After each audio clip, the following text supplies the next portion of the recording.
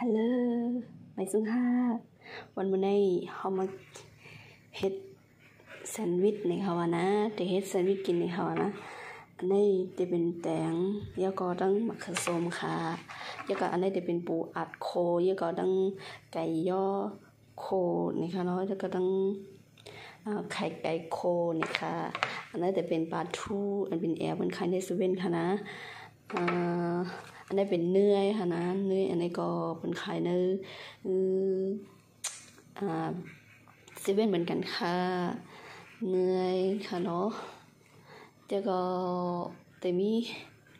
อันนึงเนี่ยจะมีขนมปังค่ะเนาะขนมปังค่ะขนมปังอันนี้จะเป็นสีขาวม่วงค่ะเขาดูเอาสีขาวม่วงนี่ค่ะเนาะอันนี้เป็นน้ำสลัดค่ะลองใหญ่ค่ะเนาะมีขนมปังสีขาวแล้วก็ตั้งอันนี้เป็นน้ำสลัดนะคะเนาะอันนี้เป็นเนื้อนะคะเนื้อหางมันจะเป็นเจ้าไหนค่ะนะเพราะเขาก่อนในเซเว่นค่ะอันนี้เป็นปลาทูอันเดเฮ็ดน้ำจิ้มใส่ล้ออันนี้แล้วก็เดใส่นะเดเฮ็ดเป็นแซนด์วิชออกมาให้มันเป็นหางจังไหนค่ะนะหางแซนด์วิชจังไหนค่ะนะเขาจะเฮ็ดออกมาเป็นหางจังไหนค่ะค่ะวันมื้อนี้เดเฮ็ดแซนด์วิชกินนี่ค่ะเนาะสวัสดีเฮ็ดเดียวนี่เข้ามาด้วยปูเฮาค่ะเครื่องมันได้ซื้อในเซเว่นบ่หมดค่ะนะมาคือโซมาแตงมาได้ใครซื้อมาดีเลยก็เลยค่ะเนาะคือก็ว่าอันเป็นขนมปังแหตั้งน้ำสลัดแหตั้งเนื้อแหตั้งปลาทูแหตั้งใส่กรอกย่ออันนี้ก็เป็นหมูย่อหรือไก่ย่อก็อะไรค่ะเนาะมันเป็นแผ่นๆเพิ่นขายในเซเว่นนะคะทุกมันยิ่งเขาเอาไปแล้วค่ะเนาะเอามานี่ค่ะอันนี้เป็นปูอัดค่ะปูอัดโคย่อค่ะเนาะไข่ไก่ค่ะ2ไข่ค่ะนะอันนี้แต่ที่เฮ็ดเล่งก้น4ก้อค่ะเนาะนะอันนี้จะเป็น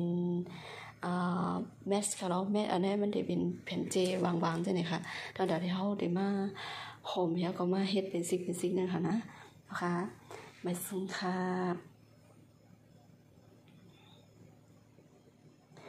วันมื้อนี้ได้เฮ็ดกินจังได๋ค่ะเนาะสวัสดีค่ะพี่น้องชาวไทยทุกคนนะคะวันนี้เราจะทำสลัดเราจะทำแซนด์วิชกันนะคะจะมีขนมปังแล้วก็มีน้ำสลัดแล้วก็มีเนื้อแล้วก็มีปลาทูกระป๋องแบบนี้นะคะแล้วก็จะมีไก่เขาเรียกว่าไก่ยอหรือหมูยอก็ไม่รู้ที่เป็นแผ่นๆแล้วก็อยู่ในเซเว่นนะคะ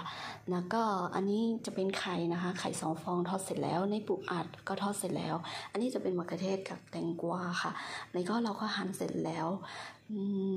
วิธีทำก็คือง่ายๆนะคะก็เอาน้ำสลัดแล้วก็เอาปลาทูมาปนแล้วก็คนด้วยกันคนเสร็จแล้วก็ค่อยมา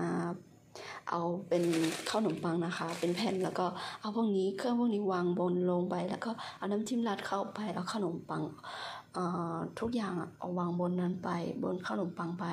เอาขนมปังอีกแผ่นมาครอบใส่แล้วก็จะมาเอาแมสแบบนี้ปิดค่ะปิดเสร็จแล้วก็จะมาหั่นเป็น2ชิ้นค่ะ1ชิ้นขนมปังนี้ขนมปังต้องเป็นสีขาวล้วนนะคะเราก็มาทำแบบนี้แล้วก็ทานได้เลยค่ะง่ายๆนะคะสวัสดีค่ะมาสุงค่ะค่ะเนาะเขาก็แค่กดซื้อในเขาก็กดซื้อในเซเว่นเครื่องมันก็ซื้อในเซเว่นแฮเขาก็เอามาเฮ็ดจังนี้ค่ะง่ายๆค่ะนะอันหยาบค่ะเป็นอย่างไรบ้างคะวิธีทำแซนด์วิชง่ายหรือเปล่าทำง่ายๆค่ะวิธีไม่ยากนะคะสวัสดีค่ะถ้าชอบฝากกดไลค์กดแชร์และฝากติดตามด้วยนะคะดิสุงค่ะย้อนฝากจังหวะเกี่ยวกับไหนอะไรจะในฝากกดไลค์กดแชร์และกดติดตามป่ะคะนะดิสุงค่ะ